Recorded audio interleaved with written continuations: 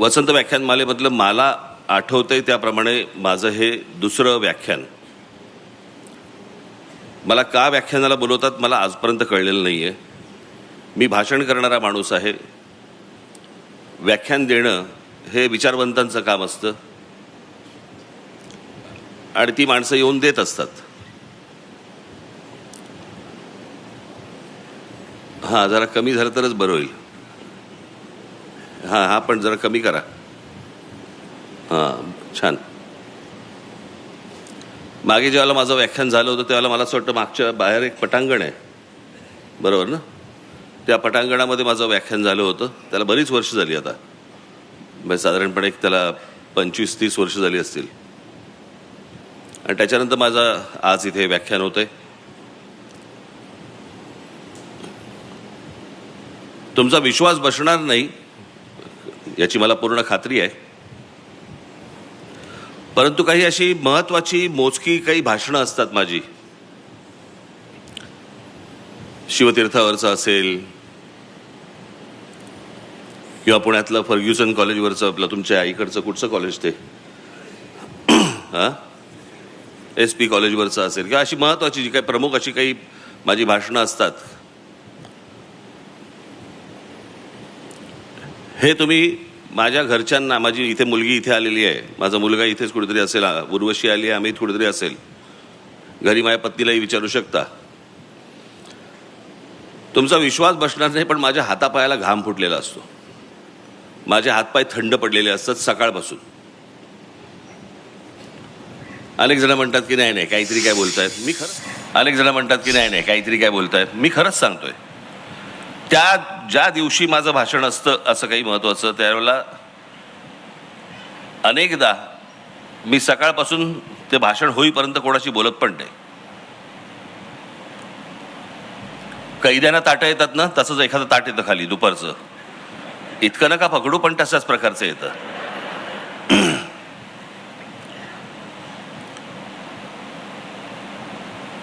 आणि का आज माझी ही अवस्था का आहे याचं कारण, मी भाषण करणारा माणूस आहे. मला व्याख्यान एका विषयामध्ये, व्याख्यान हे एका विषयाशी संबंधित तुम्हाला बोलायचं असतं. म्हणजे साधारणपणे त्याचं जर समजा ते मी मगाशी म्हटलं कोणाला तरी, म्हटलं ते व्याख्यान ही गोष्ट समजा तुम्ही लिहिलीत तर त्याला निबंध म्हणता येईल.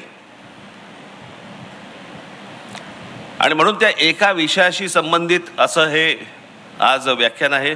अर्थात आजचा जो विषय मला जो दिलेला आहे तो माझ्या अत्यंत जिव्हाळ्याचा विषय आहे आणि म्हणून मी तो तुमच्याशी बोलणार आहे. मी एकदा बाबासाहेब पुरंदरेंना असंच एकदा मी भेटून बोलत असताना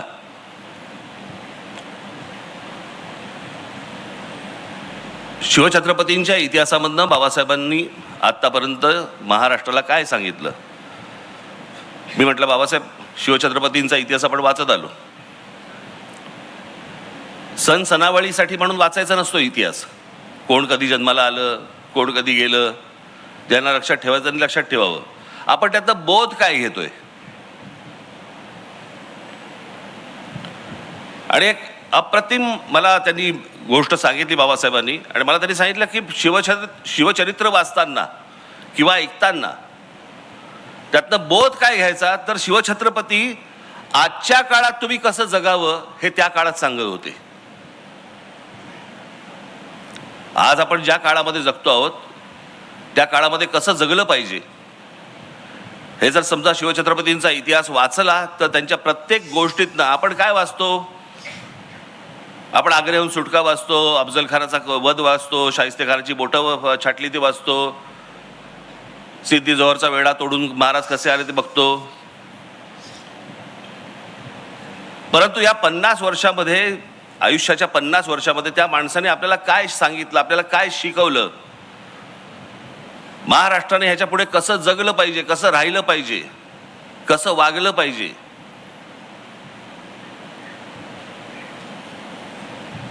आणि तीच अनेक असंख्य गोष्टींची परंपरा आज ही फक्त महाराष्ट्राला लाभलेली आहे. मी त्या दिवशीचं माझं एक गुढीपाडव्याच्या सभेमधलं माझं भाषण होतं, त्याच्यामध्ये मी झरझर काही लोकांची नावं घेतली. सगळ्यांबद्दलच काही मला बोलता नाही आलं,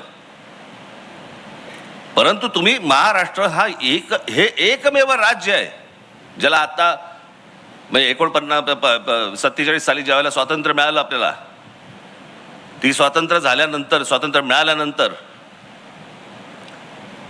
त्या सगळ्या प्रदेशांची राज्य झाली, म्हणून आता त्याला राज्य म्हणावं लागतंय.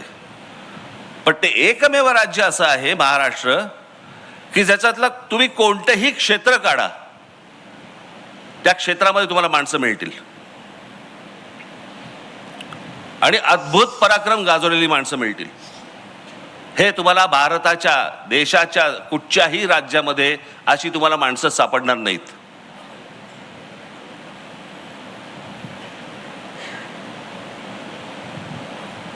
म्हणून मी आज तुमच्या समोर इथे मी तो जो मी आलेख दाखवला होता, जे काही लोकांसमोर तुम्ही सगळ्यांसमोर जे दाखवलं होतं, फक्त झरझर तुमच्या समोर फक्त मांडणार की महाराष्ट्राचं कर्तृत्व काय, महाराष्ट्राची ओळख काय. म्हणजे मी तुम्हाला आता एक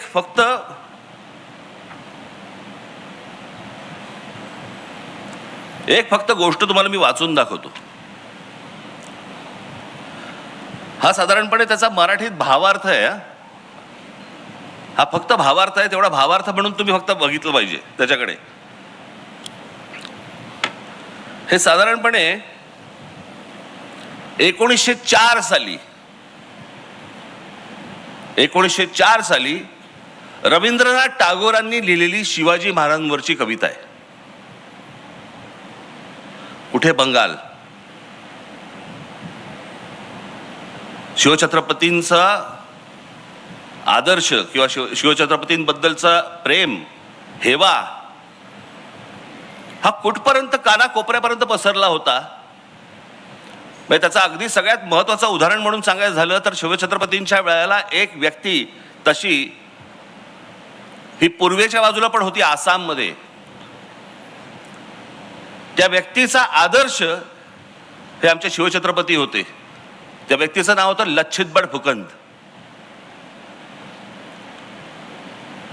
हा तिकडचा मोठा एक सेनापती होता आसाम मधला.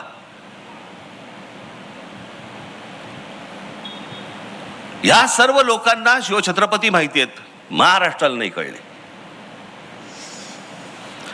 ती टागोरांची फक्त मी तुम्हाला भावार्थ फक्त वाचून दाखवतो, तुमच्या लक्षात येईल. त्याला काही कवितेचं असं स्वरूप नाहीये. हे शिवाजी महाराज, आज आम्ही तुम्हाला केवळ इतिहासातील राजा म्हणून आठवत नाही, तर एका जागृत शक्तीप्रमाणे पुन्हा आमंत्रित करतो. तुम्ही तलवारीने जिंकलेली भूमी नाही, तर आत्मसन्मान जागवलेल्या जनसमुदाय हीच तुमची खरी परंपरा. तुम्ही लोकांना फक्त राज्य दिलं नाही, तर स्वराज्य म्हणजे काय हे शिकवलं. भीतीच्या सावलीतून बाहेर पडून स्वतःच्या अस्तित्वासाठी उभं राहणं हे काय असतं हे शिकवलं. आजही आम्ही तसंच गुलाम आहोत, भीतीचे, आळशीपणाचे आणि परावलंबित्वाचे. तुम्ही शत्रूंशी लढतात, आम्हाला स्वतःशी लढायला शिकायचं आहे. हे शिवाजी, तुमचा उत्सव फक्त ढोल ताशांमध्ये नको, तो आपल्या विचारात, कृतीत, स्वभावात दिसायला हवा. तुमचं नाव घेणं सोपं आहे, पण तुमच्यासारखं जगणं कठीण आहे. तुम्ही साधेपणात महानता दाखवलीत, धर्मात सहिष्णुता आणि सत्तेत संयम. आज आम्ही सत्तेला स्वार्थ समजतो आणि धर्माला भेदभाव आणि राष्ट्राला केवळ घोषणा. शिवाजी महाराज, तुमचा खरा उत्सव तेव्हाच होईल जेव्हा प्रत्येक माणूस स्वतःच्या मनातलं राज्य जिंकेल. उठा, जागे व्हा. तुमची तलवार आता लोखंडाची नाही, तर विचारांची असावी. तुमचा किल्ला आता डोंगरावर नाही, तर लोकांच्या विश्वासात असावा. हे शिवाजी, आम्हाला पुन्हा शिकवा, स्वराज्य म्हणजे केवळ सत्ता नाही, तर जबाबदारी आहे. हे रवींद्रनाथ टागोरांनी तेव्हा 1904 साली लिहून ठेवलेली गोष्ट आहे, जी आम्हाला अजून समजत नाहीये. आपल्याकडची संत परंपरा महाराष्ट्राची कुठेही तुम्हाला सापडणार नाही. कोणत्याही राज्यात तुम्हाला अशा प्रकारचे संत सापडणार नाही ज्यांनी या संपूर्ण या भागाची, या राज्याची, ज्याला आता राज्य म्हणतो आपण, परंतु या संपूर्ण भागाची संपूर्ण वैचारिक मशागत केली. सर्वांना पातीपासून दूर लोटलं, त्यातले भेदभाव सगळे काढून टाकले. आज नुसती आपण फक्त बघूया, नुसती माणसं फक्त बघूया. लावा.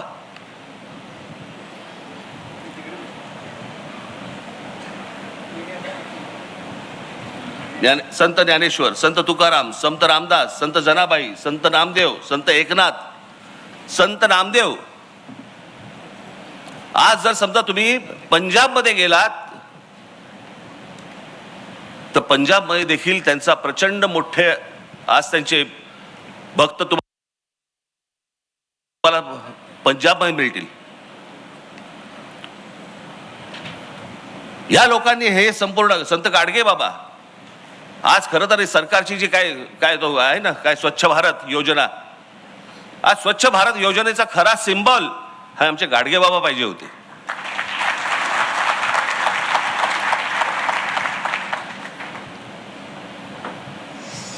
कधीतरी एकदा तुम्ही आपल्या पुस्तकांमध्ये डोकावा आणि महाराष्ट्राची नुसती फक्त परंपरा जरी नुसती बघत आलात, यांनी आम्हाला काय शिकवले. आज जे तुम्ही जगताय ना, आज ज्या वातावरणामध्ये, मी अनेकदा म्हणतो ना, हे बाहेरचे राज्यांमधले जे लोंढे येतात, बाहेरच्या राज्यांमधले लोक महाराष्ट्रामध्ये येतात. काय येतात? कारण जे महाराष्ट्रामध्ये वातावरण आहे ते भारताच्या कुठच्याही राज्यांमध्ये नाही आहे.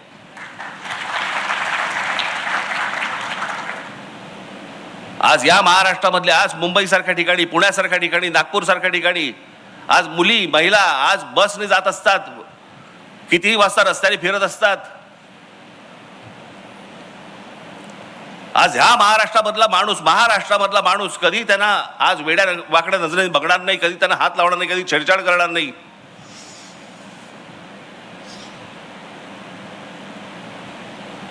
अनेक महिला, अनेक मुली, अनेक मुलं हे त्यांचा प्रदेश सोडून महाराष्ट्रामध्ये येतात. अनेक मुली स्वतः येऊन सांगतात की आम्ही दिल्ली सारख्या ठिकाणी, दिल्लीच्या बसमध्ये, त्यांच्या परिवहन बस जी काय सेवा आहे त्या बसमध्ये आम्ही बसू शकत नाही, आम्हाला भीती वाटते.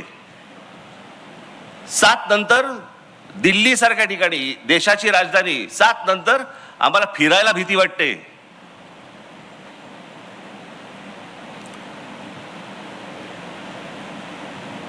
देशाच्या राजधानीमध्ये जर समजा महिला असुरक्षित असतील आणि त्या सर्वांना आज सगळेजण, आज तुम्ही मुंबईमध्ये बघा, हरभजन सिंग पासून सगळेजण आज मुंबईत स्थायिक झालेत. कोणाकोणाची घरं नाहीत म्हणून सांगा, सगळेजण आपापल्या प्रदेशामधून आले आणि इथे मुंबईमध्ये, पुण्यामध्ये स्थायिक झाले. का झाले? कारण असं वातावरणच मिळत नाही. हे वातावरण कशामुळे निर्माण झालं? ही वैचारिक बैठक महाराष्ट्राची कशातनं निर्माण झाली? यांच्यामुळे. अशी असंख्य माणसं आहेत.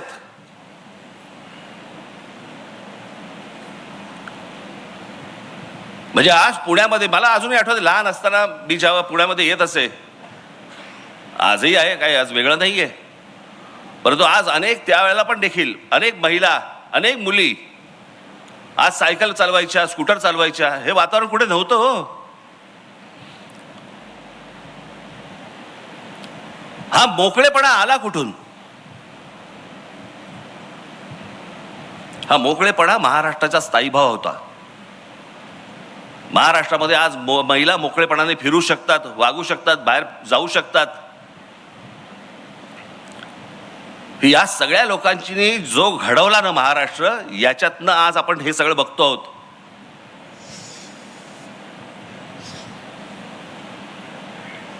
आपण दरवेळेला म्हणतो की मोगलांनी आक्रमण केलं, ह्यांनी आक्रमण केलं, त्यांनी आक्रमण केलं, पण ह्या सगळ्या आक्रमणामध्ये बंडखोरीचा विचार हा पहिला जर कोणाच्या मनात आला असेल तर तो एका स्त्रीच्या मनात आला की ह्यांच्या विरुद्ध बंड झालं पाहिजे. माझ्या भूमीवरती माझं राज्य असलं पाहिजे आणि माझ्या भूमीवरचं माझं राज्य, तिथून तो शब्द आला स्वराज्य. तो एका बंडखोर एका मुलीमध्ये आला, जिने आपल्या वडिलांना सांगायचा प्रयत्न केला, त्यानंतर आपल्या नवऱ्याला सांगायचा प्रयत्न केला, त्यांनी तो प्रयत्न केला देखील, ते आमच्या जिजाऊ साहेब. शहाजीराजांनी बंड केलं, फसलं, आणि मग ती संपूर्ण गोष्ट आपल्या मुलाकडनं करून घेतली. त्यालाही नशीब लागतं, त्याचा मुलगा जन्माला यायला लागतो.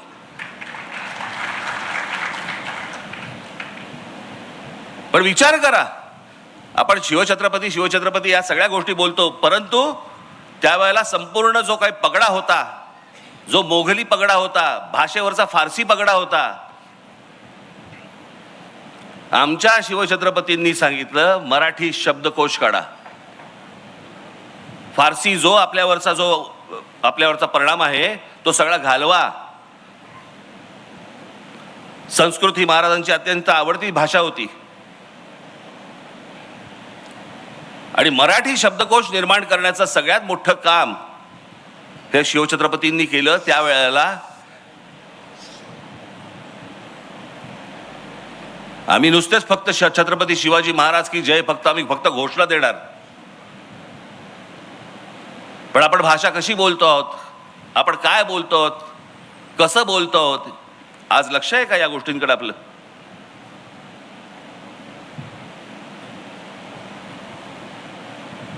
नुसती या महापुरुषांचे त्यांचे फक्त जयंती आणि पुण्यतिथ्यांना फक्त आपली आठवण येणार, त्यांची पुतळ्यांना हार घालून आम्ही मोकळे होणार.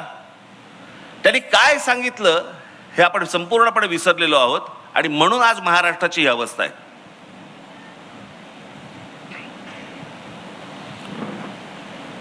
तुम्ही कोणतंही क्षेत्र काढा, कोणतंही क्षेत्र काढा,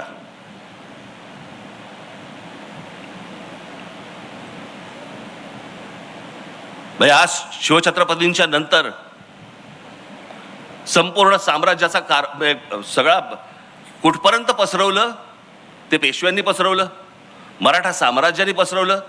काय केलं? शिवछत्रपतींचा विचार पसरवला. तो शिवछत्रपतींचा विचार कुठून कुठपर्यंत पसरवला?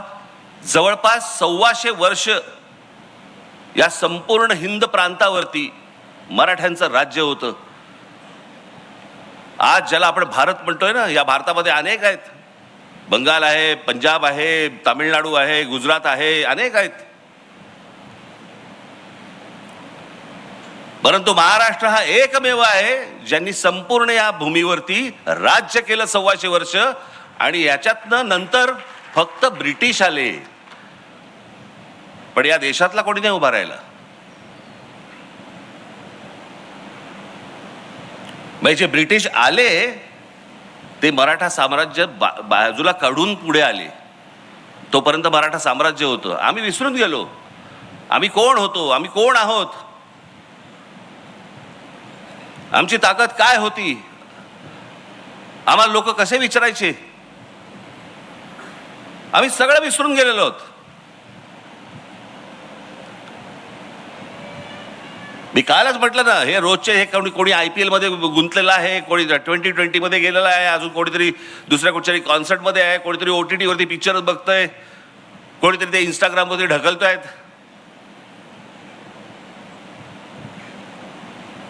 मूळ गोष्टींकडे आमचं दुर्लक्ष झालं की कोण आहोत आम्ही, आम्हाला हे कोणी शिकवलं, आमची भाषा काय, आमची मराठी भाषा. साधी गोष्ट लक्षात घ्या हो, की आज अभिजात भाषेचा दर्जा मिळाला मराठी भाषेला का? कारण ती प्राचीन भाषा आहे म्हणून. आणि आमच्याकडे वाद कसले चालू आहेत महाराष्ट्रामध्ये? हिंदी लादण्याचे. हिंदी ही साधारणपणे आता 150 वर्षापूर्वीची, फार तर 200 वर्षापूर्वीची भाषा आहे, 150-200 वर्षापूर्वीची.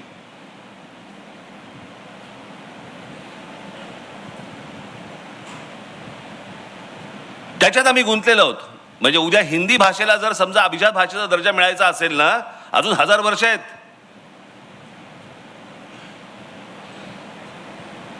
आम्ही गुंतलोय त्याच्यात. भाषेचा कडवटपणा काय असतो ना, आत्ताची एक फक्त तुम्हाला क्लिप दाखवतो, आत्ताची एक गोष्ट दाखवतो. बंगालमधली आहे, सर्वसामान्य माणसं आहेत, रस्त्यावरची, त्यांच्याशी एक माणूस बोलतोय, ते काय बोलतायत फक्त ऐका. मोठ्याने लाव रे जरा, आवाज नाही का? परत लाव, परत लावते, आवाज मोठा कर त्याचा. हिंदी हिंदी बांग्ला मुझे आता नहीं है, सीख रहा हूँ मैं धीरे धीरे. हिंदी तो आते ना आते, थोड़ी थोड़ी हिंदी, थोड़ी थोड़ी मुझे भालो बाकी आती है और 2-4 चीजें आती है. आप लोग भी हिंदी नहीं ना? बांग्ला बांग्ला बांग्ला नहीं हिंदी से हिंदी का हिंदी आती है हिंदी, लेकिन अभी हिंदी हिंदी भाषा है ना, जोड़ने के लिए दूसरे से, एक दूसरे को जोड़ने के लिए एक भाषा है. बंगाल से ज्यादा बाहर रहिएगा, कैसे बात कीजिएगा? हिंदी बाहर इंग्लिश बोलेंगे ना, बाहरी इंग्लिश, बाहरी इंग्लिश, इंग्लिश का भाषा है, हिंदी भाषा आपने नहीं. आपने जब बांग्ला शिक्षण, बांग्ला जब हिंदी शिक्षण, क्या नाम है आपका? आपने पाहिले किती कडवट आहेत.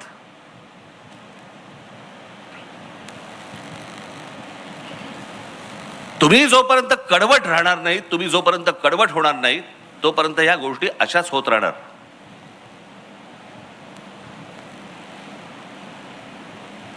या सगळ्या मंडळींनी येऊन जे तुम्हाला सांगितलं, आजपर्यंत जे आम्हाला शिकवलं, सांगितलं,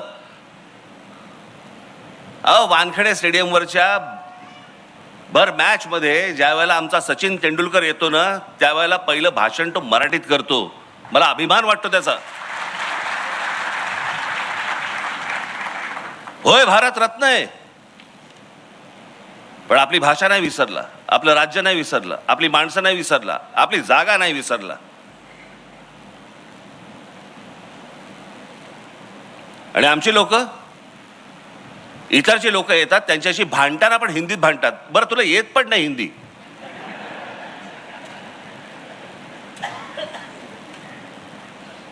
मग त्याशी कोणतरी असं बोलताना कायकू हा शब्द कुठून आला मला कळलं नाही. हा कुठच्याही भाषेत नाहीये शब्द. ऐसा कायकू करताय, कायकू कुठून आला हा शब्द? बरं बोल, माझा भाषा कुठचीच वाईट नसते.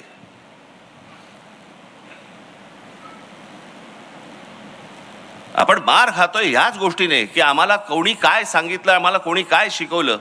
मी मगाशी म्हटलं ना की आपल्याला ह्या गोष्टींचा अभिमान पाहिजे. माझे एक मित्र आहेत, ते एकदा मध्यंतरी काहीतरी त्यांच्या ऑफिसचा सगळे स्टाफ होते, त्यांचे लोक होते, मला असं वाटतं टाइम्स ऑफ इंडिया मधले होते. ही गोष्ट आता झाली त्याला 15 वर्ष झाली, 10-15 वर्ष झाली. त्यांना घेऊन ते कुठेतरी पिकनिकला म्हणून गेले, या कर्जत बिरजत या सगळ्या भागामध्ये कुठेतरी गेले. पावसाळ्याचे दिवस होते. त्यांनी मला सांगितलं, म्हणे मला जरा पोचायला उशीर झाला. मी बघितलं तर आमच्या म्हणे वर्तमानपत्रामध्ये काम करणारे एक 10-12 बंगाली लोक होते, मुलं मुली अशा सगळे बसले होते. आणि ते मुलं मुली रवींद्रनाथ टागोरांच्या कविता आणि गाणी म्हणत होते. त्याला रवींद्र संगीत म्हणतात. बंगाल सोडून महाराष्ट्रामध्ये आहेत, महाराष्ट्राच्या एका वर्तमानपत्रामध्ये काम करतायत, आणि इथे आल्यावर देखील त्यांचं रवींद्र संगीत ते विसरलेलं नाहीत.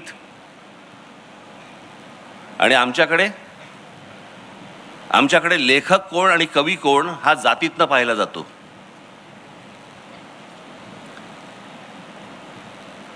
तुम्ही मराठी म्हणून एकत्र कधी येऊच नाहीत, याचा पूर्णपणे बंदोबस्त केलेला आहे. तुमचा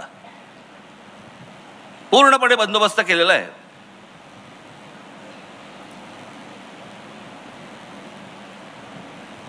आता काल परवाकडे कोणतरी ते कोणी साधू आहेत ना, संधी साधू, कोणालाही पेव फुटत. त्याशी एका बाबाची एकाने मस्त उतरवली.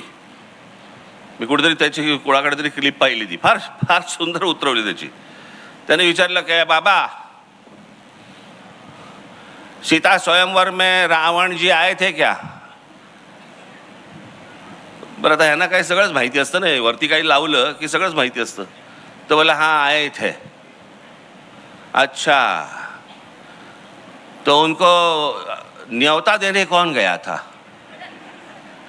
तो बोले नहीं, वो राम जी के कोई थे, उनके साथ वाले जो थे उनको न्योता देने गए थे. अच्छा, तो न्योता पहुंच गया वहां पे? तो बोले हाँ इसीलिए तो आ गए. अच्छा,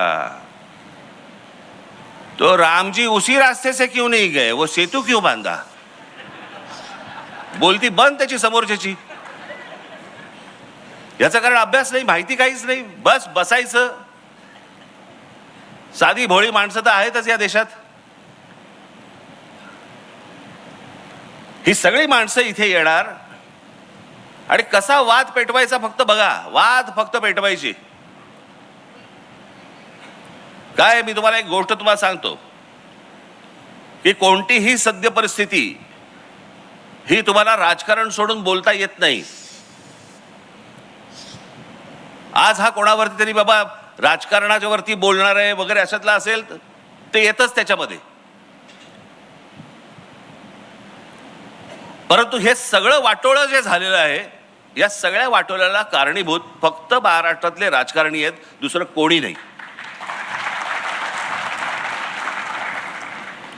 नाही तर हिंमतच नाही होणार हो.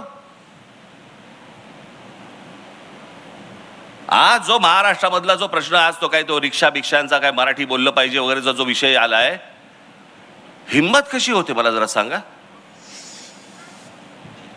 नाही मराठी बोलणार, तुमच्या राज्यात येऊन तुम्हाला ते सांगतायत की नाही मराठी बोलणार आम्ही, आणि त्याच्यावरती आमचे मंत्री त्यांना सांगतायत बरं बरं ठीक आहे 4 महिने अजून घ्या, मराठी शिका. हिंमत नाही तुमची, लायसन्सच रद्द करा. हेच बाकीच्या राज्यात काय होईल, हेच तामिळनाडूमध्ये जर समजा ते बोलले नाही बोलत जा तामिळ, काय होईल मला जरा सांगा. तिकडे पंजाबमध्ये गेले आणि बोलले नाही येत पंजाबी, आम्हाला नाही बोलायचं पंजाबी, काय होईल तिकडे. गुजरातमध्ये गेले आणि बोलले नाही गुजराती बोलायचं आम्हाला, काय होईल त्या राज्यांमध्ये तिकडे. मराठी टिकवायची असेल तर ती वरपासून खालपर्यंत टिकवायला लागते. आणि आमच्या लोकांनी जे सांगितलं, आमची लोक जे सांगत आले बोलत आले, तो महाराष्ट्राचा ठसा तो त्यांनी उमटवला ना. म्हणजे एक साधं उदाहरण तुम्हाला सांगतो. सी.डी. देशमुख, चिंतामणराव देशमुख, हा देश स्वतंत्र झाल्यानंतरचे आपल्या देशाचे पहिले फायनान्स मिनिस्टर. आधी कोण होते? रिझर्व्ह बँकेचे गव्हर्नर. भारत स्वतंत्र झाल्यानंतर ज्या नोटा छापल्या गेल्या त्या नोटेवरचं पहिली स्वाक्षरी जी आहे नोटेवरची ती चिंतामणराव देशमुखांची आहे, एका मराठी माणसाची आहे.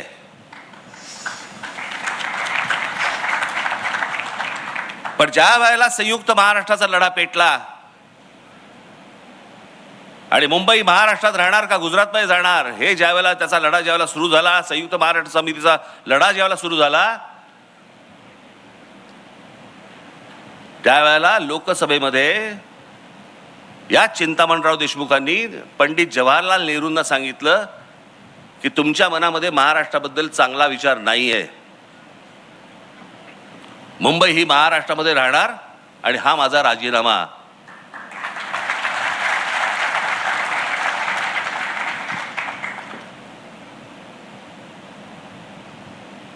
तो माणूस IAS होता. त्यांना जेवढे मार्क मिळाले तेवढे आजपर्यंत IASच्या परीक्षेमध्ये, स्पर्धा परीक्षेमध्ये आजपर्यंत एवढे मार्क कोणालाही मिळाले नव्हते. ते सी.डी. देशमुख, ते महाराष्ट्राच्या स्वाभिमानासाठी पंडित जवाहरलाल नेहरूंसमोर राजीनामा फेकतात. हा महाराष्ट्र. आणि आम्ही काय करतोय? आमचं लक्षच नाही महाराष्ट्राकडे. आमच्या देशामधला एकमेव खेळाडू, महाराष्ट्राचा एकमेव खेळाडू सचिन तेंडुलकर ज्याला भारतरत्न मिळालं, एकमेव खेळाडू आहे.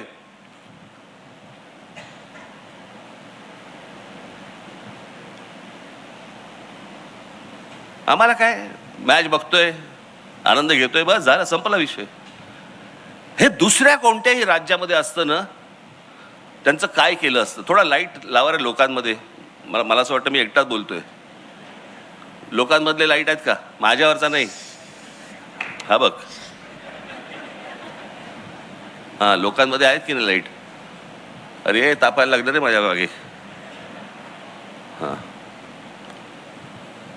आज मी जर चुकत नसीन तर आज दादासाहेब फाळकेंची जयंती. माहितीच नाही आम्हाला कोणाला. आज आम्ही OTT वरती बघतोय, चित्रपट बघतोय, आम्ही मजा घेतोय, चित्रपटांची मजा घेतोय. अरे पण ज्या भारतामध्ये पहिल्यांदा चित्रपट सृष्टी आणली, चित्रपट ज्या माणसाने पहिला बनवला, तो आमचा मराठी माणूस दादासाहेब फाळके. आम्हाला विसरच पडलेला आहे ह्या लोकांचा.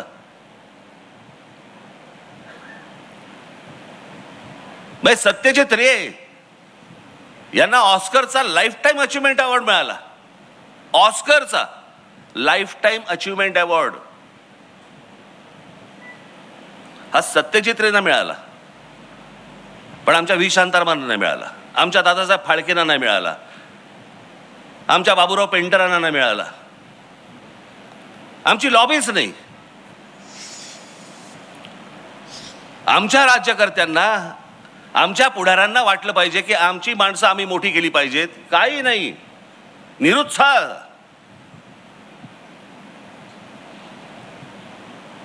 आमच्या लोकांना मोठं बोलण्यातच आम्हाला पाप वाटायला लागलं.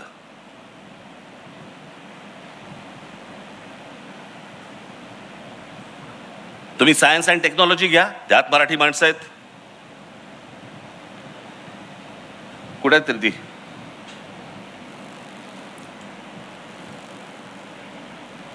गोवारीकर आहेत, माशेलकर आहेत,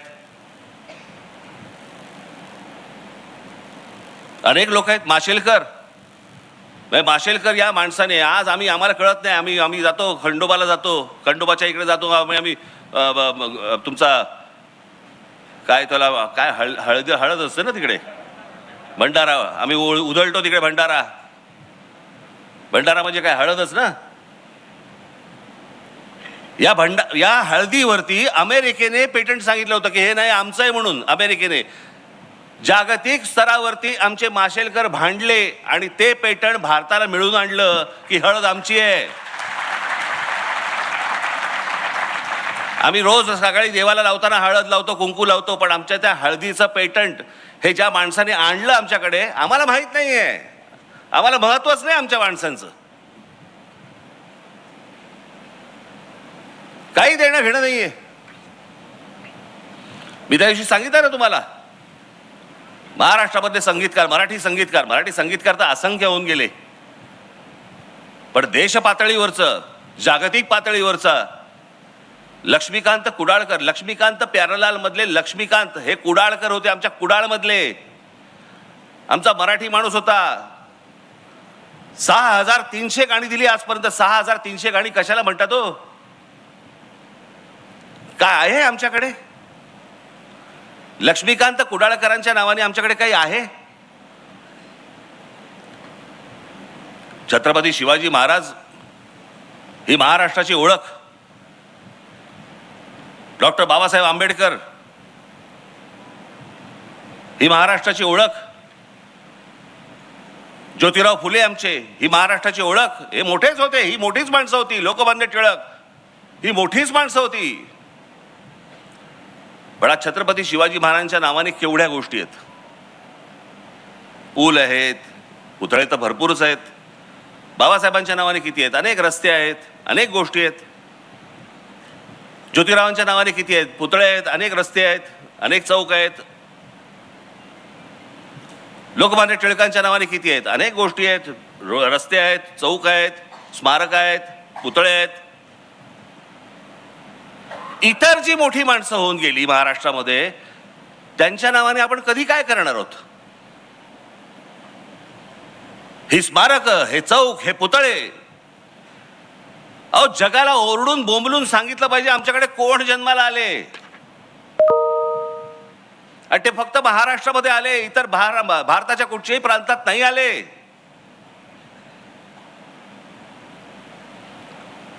काँग्रेसची स्थापना याच महाराष्ट्रात झाली.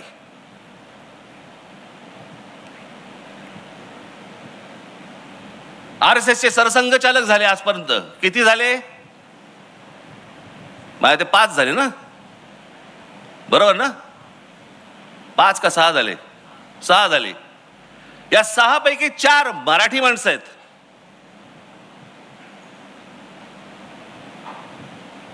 म्हणजे या देशामध्ये सर्वात मोठे जे काही पक्ष किंवा संघटना ज्या काही उभ्या राहिल्या, आपण त्याच्याकडे ह्या पक्षाचा आहे, आपण तो त्या पक्षाचा आहे. अरे महाराष्ट्रातला आहे हे आपण का विसरतोय? लता मंगेशकर एवढी मोठी मोठी गायिका, भारतरत्न लता मंगेशकरांच्या नावाने काय महाराष्ट्रामध्ये जरा सांगा मला. आत्ता आशाताई गेल्या, किशोरी आमोणकर, अहो भीमसेन अण्णा, भीमसेन जोशींच्या नावाने काय आपल्याकडे महाराष्ट्रामध्ये. हे जर दुसऱ्या राज्यामध्ये जन्माला आले असते ना, त्यांनी ओरडून ओरडून जगाला सांगितलं असतं, अरे आमच्याकडे कोण रत्न जन्माला आली. आम्ही पडलोय कशामध्ये, सापडलोय कशामध्ये? आम्ही जातीपातीत सापडलोय. लोकमान्य टिळक ना ब्राह्मण होते, जाऊन दे, आपल्याला काय करायचंय. महात्मा ज्योतिराव फुले ना माळी होते, आपल्याला काय करायचंय. बाबासाहेब आंबेडकर ते दलित होते, त्यांना काय आपल्याला काय करायचंय. शिवाजी महाराज ते काय मराठ्यांचे राजे. हे आमच्याकडेच सगळं सुरू केलं. हे आम्हीच लोकांनी सुरू केलं. आम्हीच आमच्या महापुरुषांना जातीपातीमध्ये आम्ही विभागलं. आम्हीच आमच्या लेखकांना, कवींना, आम्ही सगळ्यांना आम्ही जातीमध्येच बघायला लागलो. पुस्तकाचं नाव नाही बघायचं, पुस्तकाचा लेखक बघायचा आणि त्याप्रमाणे पुस्तक विकत घ्यायचं की नाही घ्यायचं आम्ही ठरवायचं. कोण काय बोललंय याच्यावरती आम्हाला काही देणं घेणंच नाही रे. इतका विभागलेला, इतका बेसावध मराठी माणसापेक्षा दुसरा माणूस नाही भूतलावरती.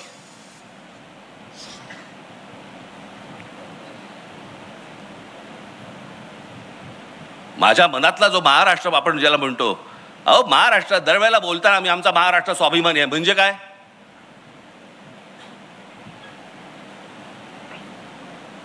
म्हणजे काय आम्हाला कळतच नाही. बरं, अनेक सुशिक्षित लोक आहेत, त्यांनाही समजत नाही.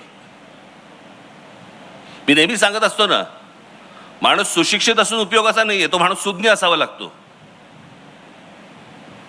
ते मध्यंतरी काय ते झालं ना, ते काय सिंदूर काय ते युद्ध बिद्ध काय ते झालं सगळं, आणि मग सगळे जण सुरू झाले, कराची ले लिया, इस्लामाबाद ले लिया, आणि काय अजून काय घेतलं, लाहोर ले लिया. साला म्हटलं हे घेऊन करायचं काय याचं. समजा उद्या लाहोर घेतलं तर लाहोरमध्ये सत्ता कोणाची. म्हणजे बाकी सगळं पाकिस्तानचं, मध्ये लाहोर फक्त भारताची. असं कसं होऊ शकतं. काहीही थापा मारतात आणि आमचे लोक टाळ्या वाजवतात. घेतलं बरं का एकदाच लाहोर, जणू का हात सोडून आला होता तिकडनं.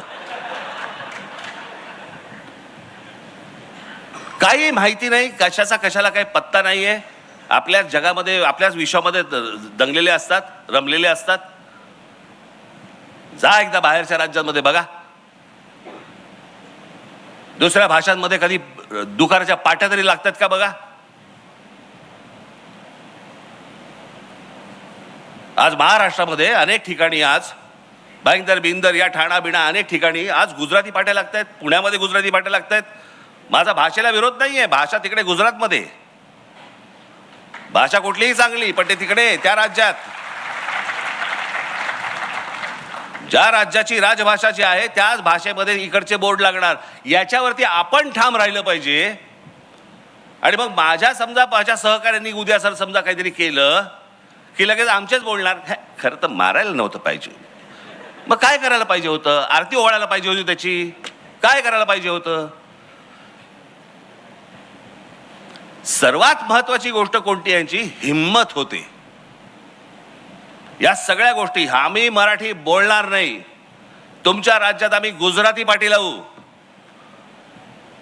आम्ही तुमच्या राज्यात येऊन आम्ही मुंबईला बॉम्बे म्हणू, म्हणजे गंमत बघा. बॉम्बेचं मुंबई, खरं तर मुंबईच नाव आहे त्याचं, आणि मद्रासचं चेन्नई हे एकाच वेळेला झालंय. 96 साली का 97 साली. पण सगळे लोक बोलताना बरोबर चेन्नई बोलणार आणि इथे बोलताना बॉम्बे म्हणणार. हॉटेलची नावं बदललेली लक्षात राहतात रे. ओबेरॉयचं ट्रायडंट झालं की लगेच लक्षात राहते यांच्या, नाही नाही ट्रायडंटला जायचंय. अरे पूर्वी ओबेरॉय होतं ना, नाही नाही आता ट्रायडंट झालं. मग मुंबई झालेलं लक्षात राहत नाही. बरं, तो आमचा भावनेचा विषय आहे. तिथे 7 आयलंड्स होती, बेटं होती. त्या 7 बेटांवरती फक्त एक मंदिर होतं, ते मुंबा देवीचं मंदिर होतं. आणि मराठी माणूस देवीला आई म्हणतो. तो तिथे जाताना कुठे चाललास? मुंबईला चाललो, मुंबईचं दर्शन घ्यायला चाललो. याच्यातनं ते मुंबई हे नाव आलं.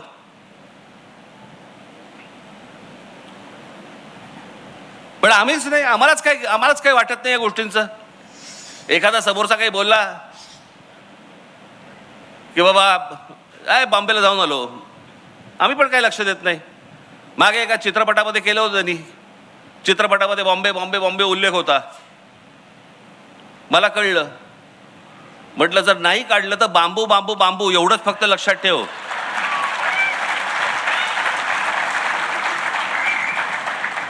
मग आले वटणीवरती. आम्हाला हे करायला का लागतंय? मी हे सतत जे बोलतोय, मी जे सतत तुम्हाला सांगतोय, हे का सांगतोय? हे सांगतोय एवढ्यासाठी सांगतोय बाबांनो, मी खरंच सांगतोय तुम्हाला, ही इतकी भीषण वेळ आहे आत्ताची. सगळ्या बाजूनी इमारती उभ्या राहत आहेत. तुम्हाला कंट्रोल तुमच्या हातातच कंट्रोल नाहीये. सगळ्या उद्योगपतींनी, बिल्डरांनी, सगळ्यांनी ताबा घेतलेला आहे. तुम्ही कोण आहात, काय आहात, कसे राहणार आहात, कसे जगणार आहात, कुठून फिरणार आहात, काय, ह्याच्याशी त्यांना काही कर्तव्य नाहीये. आणि आमच्याकडे राज्याच्या राज्य संपूर्ण सरेंडर झालेलं आहे. हे काय हेच राज्यकर्ते म्हणत नाही, ह्याच्या अगोदरची राज्यकर्ते सगळे बिल्डरांना आणि उद्योगपतींना सरेंडर होतात. आणि आज काय गोष्टी चालू आहेत हे तुमच्या डोळ्यात देखत घडतंय. तुमच्या डोळ्यात देखत सगळं बदलतंय. तुमच्या डोळ्यात देखत भाषा बदलतीये. तुमच्या डोळ्यात देखत, म्हणजे आज महाराष्ट्र राज्याचा एक मंत्री मंगल प्रभात लोढासारखा माणूस आज तुमच्या नाकावर टिचून सांगतो, ज्या वेळेला आता गॅस सिलेंडर मिळत नव्हते त्यावेळेला सांगतो, जैन लोकांसाठी म्हणून गॅस दिले जातील, गॅस पुरवठा केला जाईल, गॅस सिलेंडर दिले जातील जैन लोकांसाठी. महाराष्ट्र राज्याचा मंत्री जैन लोकांसाठी काम करणार. महाराष्ट्र राज्यासाठी काम करायला पाहिजे हे सोडून ह्यांची हिंमत कशी होते? याची हिंमत एवढ्यासाठी होते कारण तुम्ही अंगावर जात नाही. आणि आम्ही अंगावरती गेल्यानंतर तुम्ही बोलता हे कशाला अंगावर जात आहेत. पण हे त्याशिवाय होणार नाही. मला या विषयामध्ये बोलण्यासारख्या असंख्य अनेक गोष्टी आहेत, परंतु या सगळ्या गोष्टींना एक कुठेतरी राजकीय किनार आहे म्हणून मला ह्या व्यासपीठावर मांडायची नाहीये. नजीकच्या काळात ज्याला भाषण करीन त्याला टराटरा फाडून ठेवीन, पण आज नको. माझी तुम्हाला विनंती आहे की महाराष्ट्र काय होता, महाराष्ट्र काय आहे हे एकदा तुम्ही जरा वाचा, समजून घ्या. ही माणसं कोण होती? मी फक्त तुम्हाला एक झरझर फक्त तुमच्या समोर फक्त दाखवून घेतो तुम्हाला, म्हणजे तुमच्या लक्षात येईल की आपण काय गमावलंय, खरं तर काय कमावलं होतं. दाखव. महाराज मगाशी सांगितलंच तुम्हाला यांच्याबद्दल काय, मी काय सांगणार. जा पुढे. संभाजीराजांबद्दल जा पुढे. बाळाजी विश्वनाथ पेशवे, पहिले बाजीराव पेशवे, अहिल्याबाई होळकर, तात्या टोपे, हे सगळे आम्ही पुस्तकात बघितलेत, वाचले, लक्षात नाही, आम्हाला माहितीच नाही. झाशीची राणी लक्ष्मीबाई. मी गंमत सांगतो तुम्हाला, माझे एक मित्र आहेत, आता जाऊ देत ते, सोडून द्या. इथे आपला इथे काय जा पुढे, मागे जा जरा. हा लक्ष्मीबाईंचा पुतळा, हा इथे पुतळा आहे नाही का, बालगंधर्वच्या इकडे. मी गाडी चालवत होतो, माझ्या बाजूला बसले होते. तर मी म्हटलं, असं बघितलं, म्हटलं काय लक्ष्मीबाईंचा पुतळा केलाय, सुंदर केलाय ना? हो हो, छान केला. झाशीच्या राणींसारखा पण दिसतो ना? मी बोललोच नाही पुढे. मी पुढचा प्रवास मी सहज नुसतं न बोलताच आलो. मी म्हटलं जाऊ दे, मरू द्यायला काय समजून सांगणार.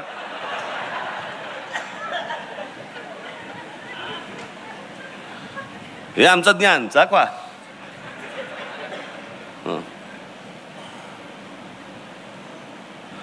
एक मिनिट मागे जा. हे भाऊ लक्ष्मण अजिंक्य हे आपल्याला माहिती नसतील, परंतु मुंबईतला भाऊचा धक्का यांनी बांधला. जिथे कोकणामध्ये येणाऱ्या सगळ्या बोटी ज्या यायच्या त्यांच्यासाठी जो धक्का बांधला गेला. हे जे सांगतात ना मराठी माणसाचं कॉन्ट्रीब्युशन काय, पुढे जा. नाना जगन्नाथ शंकर शेठ, मी फक्त तुमचं त्यांचं वक्तव्य वाचून दाखवतो मला. जगन्नाथ शंकर शेठ, शिक्षण, वाहतूक आणि संस्था उभ्या करत त्यांनी मुंबईला केवळ व्यापार केंद्र न ठेवता विचारांचं महानगर बनवलं.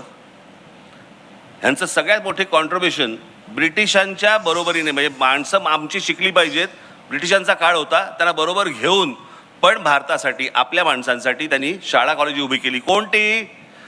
एल्फिन्स्टन कॉलेज यांच्यामुळे, विल्सन कॉलेज यांच्यामुळे, सर जे स्कूल ऑफ आर्ट यांच्यामुळे, ग्रँड मेडिकल यांच्यामुळे.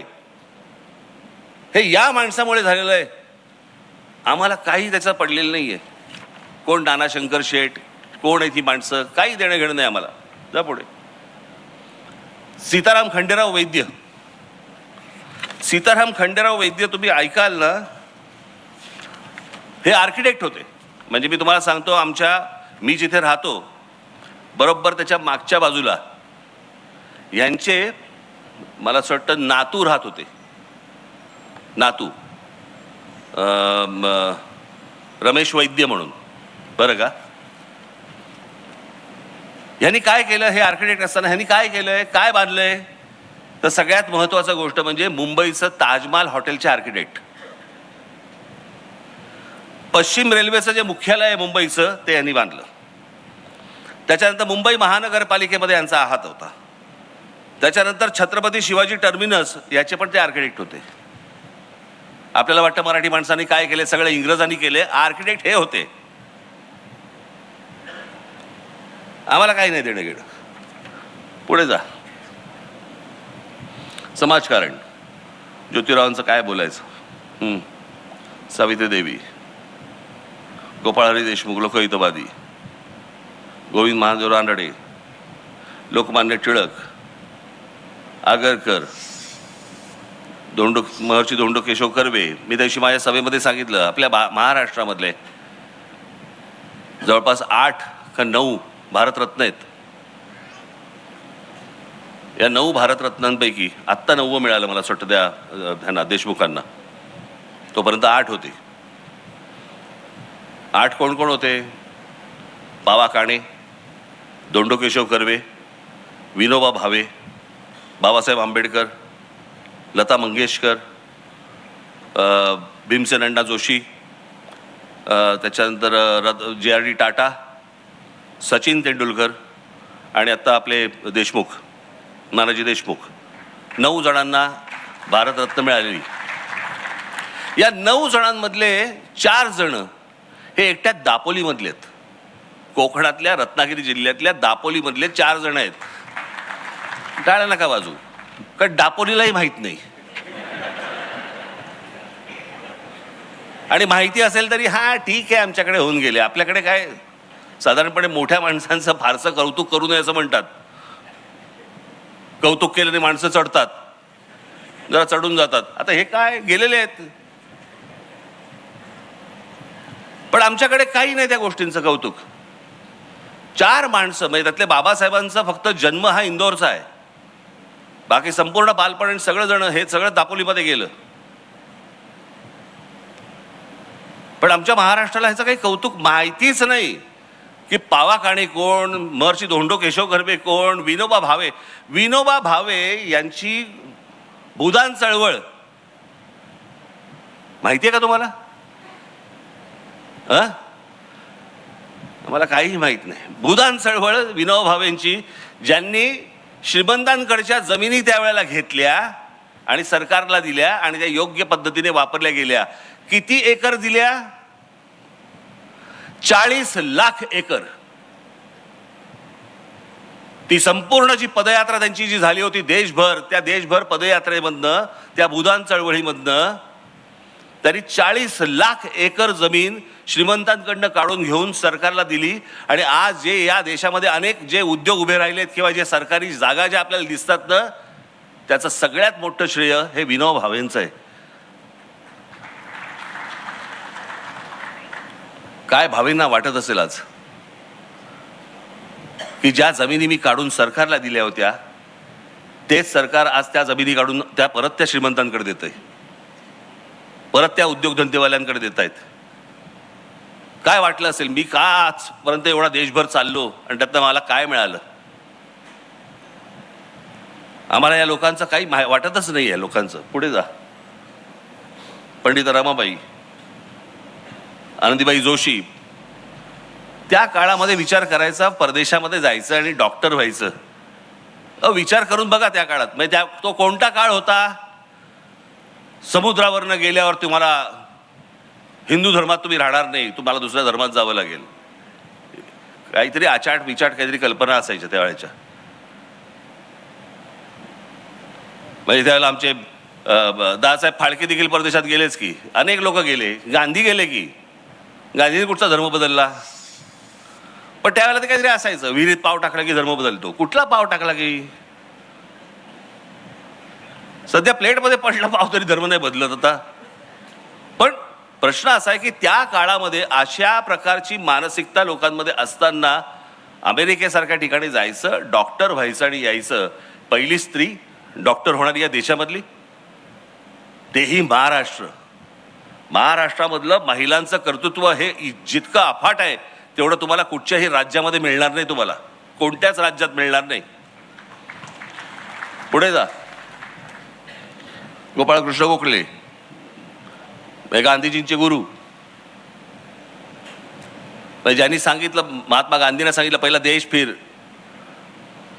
देश बघ, देश समजला की काय करायचं हे आपोआप तुला समजेल. विठ्ठलरामजी शिंदे, शाहू महाराजांबद्दल काय सांगायचं? तुम्ही एकदा हे ह्यांच्याबद्दल वाचावं. मला मी तुम्हाला सांगतो ना, या एकेका माणसांवरती तुम्ही एक एक तास बोलू शकू आपण. एक एक तास. इतकी मोठी माणसं महाराष्ट्रात होऊन गेली. सावरकर, बाबासाहेब, प्रबोधनकार ठाकरे, भाऊराव पाटील, ताराबाई मोडक, विनोबा भावे सांगितलं मगाशी, नाना पाटील, क्रांतिसिंह नाना पाटील, चिंतामणरावांचं मगाशी सांगितलं तुम्हाला मी, पंजाबराव देशमुख, रामानंद तीर्थ. ही लक्षात ठेवा नावं आणि घरी जाऊन वाचा यांच्याबद्दल. यशवंतराव चव्हाण प्रचंड मोठं योगदान. आज आपण कोयना बिना बघतोय, धरण बिरण. आज महाराष्ट्राची औद्योगिक प्रगती जी सुरुवातीच्या काळामध्ये जी घडत गेली, मोठा झाला महाराष्ट्र, याचं मोठं श्रेय हे यशवंतरावांना जातं. कधी गेलात कोयना धरणावरती गेलात? कधी गेलात? मी गेलोय. पोच नसते ना, किंवा आपण कधी कुठची गोष्ट बोलली पाहिजे ह्याची माहिती नसते ना, अशा लोकांबरोबर गेलो तुम्ही. तिथे एक मोठी लिफ्ट होती. त्या लिफ्टमध्ये मला ते घेऊन गेले. बरं, ती लिफ्ट इतकी हळू होती, साधारणपणे 40 लोक त्या लिफ्टमध्ये जाऊ शकतील एवढी लिफ्ट होती. इतकी हळू होती की खाली जाईपर्यंत दाढी वाढते की काय, या लेवलला इतकी हळू चालली होती. बरं, ती जाताना खाली समोर भिंत कसली भिंत? कोयना धरणाची भिंत. म्हणजे त्या साईडला पाणी, खाली चालली आहे. माझ्या बाजूला सगळे जे काय इंजिनियर होते उत्साहात. राज ठाकरे आलेत. मी आपला चाललोय त्यांच्यावर खाली. साहेब, दिवसाला 100 भूकंप होतात इकडे. मी म्हटलं अहो हे बाहेर आल्यावरती सर्किट हाऊसवरती बोलता नाही का येणार आपल्याला, हे खाली जातानाची गोष्ट आहे का म्हटलं. कधी कुठची गोष्ट, पण तुम्ही कोयना धरण जरूर बघितलं पाहिजे. त्याचा पहिला टप्पा, दुसरा टप्पा, तिसरा टप्पा, जिकडे आज वीज निर्मिती होते ती जाऊन बघा. तुम्हाला मी पहिल्यांदा जेव्हा गेलो तेव्हा मला असं वाटलं जेम्स बॉन्डचा सेट आहे की काय. तुम्ही जाऊन फक्त बघा, कोयना धरण सहज जाऊन बघा की आपल्याकडे काय काय गोष्टी झाल्या त्या. माननीय बाळासाहेब ठाकरे, काय बोलायचं यांच्याबद्दल. संयुक्त महाराष्ट्र झाल्यानंतर, संयुक्त महाराष्ट्र समिती फुटल्यानंतर मराठी माणसांना एकत्र आणून संघटना बांधणारा हा माणूस, या देशामध्ये, संपूर्ण देशात हिंदूंना हिंदू म्हणून मतदान करायला लावणारा हा देशातला पहिला माणूस.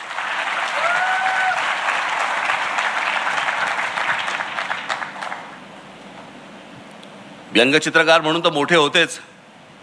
विन्स्टन चर्चिल यांची कार्टूनची बायोग्राफी ही काढली गेली जागतिक लेवलवरती. ज्याच्यामध्ये बाळासाहेब आर के लक्ष्मण यांचे जे गुरु ज्याला म्हणतात ते ज्यांना गुरु मानलं ते सर डेव्हिड लो यांच्या व्यंगचित्रांपासून अनेक व्यंगचित्रकार त्यावेळेचे जगातले यांची व्यंगचित्र त्या पुस्तकामध्ये होती. त्या पुस्तकात भारतातर्फे फक्त माननीय बाळासाहेब ठाकरे यांची 3 व्यंगचित्र निवडली गेली त्या पुस्तकामध्ये आर के लक्ष्मणांचं एकही व्यंगचित्र नाही आहे. अर्थात यांनी काय त्यांचं श्रेष्ठत्व कमी नाही होत, परंतु ते पुस्तक इतकं महत्वाचं आहे, इतकी मोठी माणसं सगळे आपल्याकडे होऊन गेली. बाळासाहेबांचं असाई शिंबून नावाचं एक जपानचं एक दैनिक होतं तिकडचं टाइम्स ऑफ इंडिया. त्या असाई शिंबूनमध्ये बाळासाहेबांची व्यंगचित्र छापून यायची. आम्हाला फक्त इथले बाळासाहेब माहिती आहेत, शिवसेना पक्षाचे प्रमुख म्हणून आम्हाला माहिती आहेत, पण बाळासाहेब ठाकरे कोण होते, काय होते, कुठपर्यंत गेले होते, कोणाकोणाला माहिती होते, काही आम्हाला कल्पना नाही त्या गोष्टींची. पुढे शरद पवार, वैचारिक मतभेद असतील, राजकीय मतभेद असतील, अनेक गोष्टी असतील, पण त्या माणसाचं महत्व, श्रेष्ठत्व तुम्ही नाकारून होणारच नाही. अनेक गोष्टींबद्दल माझे मतभेद आहेत, पण सगळ्यात मोठी जर समजा गोष्ट या माणसाची जर आपण पकडली तर या महाराष्ट्रामध्ये फलोत्पादनामधली सगळ्यात मोठी क्रांती ही या माणसामुळे झाली. आज आम्ही आता सहज बघतो, पूर्वी काय असायचं आमच्याकडे, कोणतरी मामा बिमा यायचा, प्लास्टिकच्या छोट्याच्या पिशवीमध्ये मोसंबी घेऊन यायचा, मग कळायचं कोणतरी आजारी आहे. ते आजारी असल्याचंच फळ असायचं ते एक, म्हणजे कोणी मोसंबी घेतली, कोणी आजारी आहे का घरी, असंच विचारायची वेळ होती कुठची फळं. परंतु रस्त्यावरती ज्या वेळेला तुम्हाला गाडीच्या बाजूनी स्ट्रॉबेरी दिसायला लागली, तुम्हाला या महाराष्ट्रामध्ये, देशामध्ये विविध प्रकारची फळं ही बाहेरच्या जगातनं येत होती आणि या जगातनं येऊन महाराष्ट्रामध्ये, या देशामध्ये बनत होती. ही सगळ्यात मोठी जी गोष्ट, ही सगळ्यात मोठी जी फलोत्पादनाची क्रांती ही झाली, ही या माणसामुळे. अनेक गोष्टी यांच्याबद्दल बोलता येतील, परंतु मला असं वाटतं की काही गोष्टी, ज्या गोष्टी आपल्याला पटत नाहीत त्या बाजूला ठेवाव्यात, पण माणसाचं मोठेपण यातनं कमी करू नये, कधीच कमी करू नये. आपल्याला एखादी गोष्ट आवडत नसेल, आपल्या घरात नाही का होतं, नवरा बायकोमध्ये भांडणं होतात, बायकोला नवऱ्यामधल्या काही गोष्टी आवडत नाहीत म्हणून काय रात्री फेकून देतात काय, नवऱ्याला बायकोमधल्या गोष्टी आवडत नाहीत, काही गोष्टी आवडत नाहीत, होतात, काही गोष्टी नाही आवडत, काही गोष्टी आवडतात. मला असं वाटतं तशी प्रत्येक व्यक्ती आपण बघितली पाहिजे, पण ती व्यक्ती जातीतून पाहता कामा नये, बिलकुल पाहता कामा नये. पुढे भांडारकर इन्स्टिट्यूटचे रामकृष्ण गोपाळ भांडारकर, पांडुरंग वामन काणे, हे कृपा करून, मी माझ्याकडे ते आहे, याच्यात खूप वेळ जाईल म्हणून मी वाचत नाहीये. इरावती कर्वे, दुर्गाबाई भागवत, कमाल समाजसेवक, नवा विचार, बाबा आमटे, नानाजी देशमुख, वि स पागे. आज आपण जी ह्याची योजना बघतो, रोजगार हमी योजना, म्हणजे रोजगार हमी योजना ही महाराष्ट्रामध्ये आणून देशभर पसरली गेली, कारण योजनाच महत्त्वाची होती. ती रोजगार हमी योजना आणण्याचं सगळ्यात मोठं काम हे वि स पागेंचं आहे. अमित दलवाई, हे मगाशी सांगितले मी, ते पुढे घे, हे सगळे सांगितले मी. श्रीपाद अमृत डांगे, कम्युनिस्ट पक्षाची स्थापना जिकडे झाली त्यातल्या सगळ्यात महत्त्वाची व्यक्ती ज्या कम्युनिस्ट पक्षातली ही श्रीपाद अमृत डांगे. मी यांना भाषण करताना स्वतः बघितलेलं आहे, ऐकलेलं आहे. शिवसेनेच्या पहिल्या अधिवेशनाला प्रमुख पाहुणे हे श्रीपाद अमृत डांगे होते. त्यांना मी त्यावेळेला कितवीत होतो, मी त्यावेळेला साधारणपणे 9वीत वगैरे असेल, 9वी 10वीत वगैरे असेल, 8वी 9वीत असेल. त्यावेळेला असं स्टेजच्या बाजूला उभं राहून मी डांगेंना भाषण करताना ऐकलंय. अप्रतिम वक्ता. ही जी संपूर्ण ज्याला आपण म्हणतो ना कामगार चळवळ ही निर्माण करणारी ही सगळी मोठी माणसं. शेतकरी कामगार पक्ष, त्याची स्थापना 1946 सालची स्थापना आहे शेतकरी कामगार पक्षाची. त्याच्या 1 वर्ष नंतर स्वातंत्र्य मिळालंय. एक मोठ्या संघटना, मोठा पक्ष.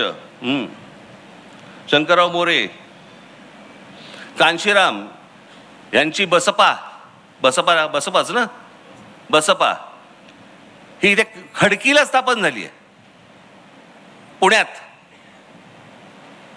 उत्तर प्रदेशमध्ये नाही. पुढचं राजकारण उत्तर प्रदेशचं केलं, परंतु स्थापना त्यांनी बसपाची ही तिकडे केली आहे, बामसेफची. मायामध्ये बामसेफची. सहकार चळवळ, धनंजयराव गाडगीळ, विखे पाटील, हे सगळे सहकारातले. मला एक सांगावं कोणतं क्षेत्र उरतं.